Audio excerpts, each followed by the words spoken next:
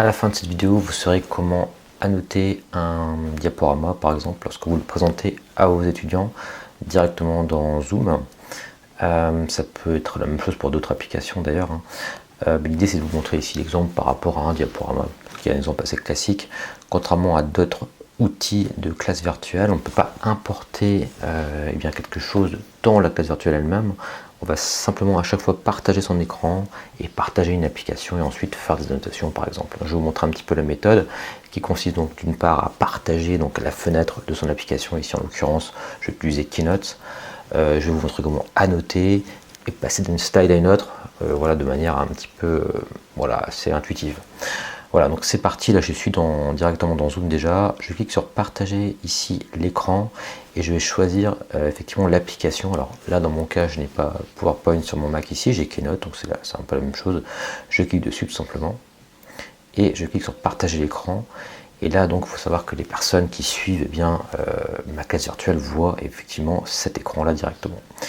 Et ensuite, je vais pouvoir, vous voyez, en allant un petit peu sur le haut de l'écran, accéder aux fonctionnalités, notamment d'annotation. Je clique sur Annoter. Et là, je vais avoir différents choix qui s'offrent à moi. Je vais pouvoir, par exemple, écrire du texte, si je le souhaite directement. Voilà, je vais mettre simplement ici bonjour pour l'exemple. Et je vais pouvoir également dessiner des choses. Alors, l'idéal, évidemment, dans ces cas, c'est d'avoir une tablette graphique, si jamais vous utilisez ce genre de fonctionnalité. Et je vais pouvoir, par exemple, tout simplement mettre des petites annotations, des petites validations au fur et à mesure que je présente quelque chose. Voilà, c'est juste un exemple, je ne vais pas forcément vous montrer toutes les fonctionnalités ici, en l'occurrence de cet outil.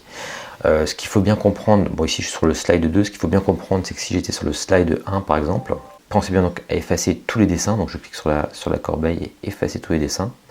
Voilà, donc je reviens à quelque chose qui est complètement vierge. Donc ensuite, admettons, je suis donc sur mon slide 1, je fais mes petites annotations, voilà, hop. Je vais passer ensuite sur mon slide 2. Alors là, je suis passé donc directement, sur mon application pour le coup, donc je passe de slide à l'autre comme ça. Vous pouvez simplement rester sur votre application, vous savez que votre écran est partagé. Et là, donc évidemment, avant de passer au slide 2, il faut que j'efface toutes les annotations, que je revienne sur l'application.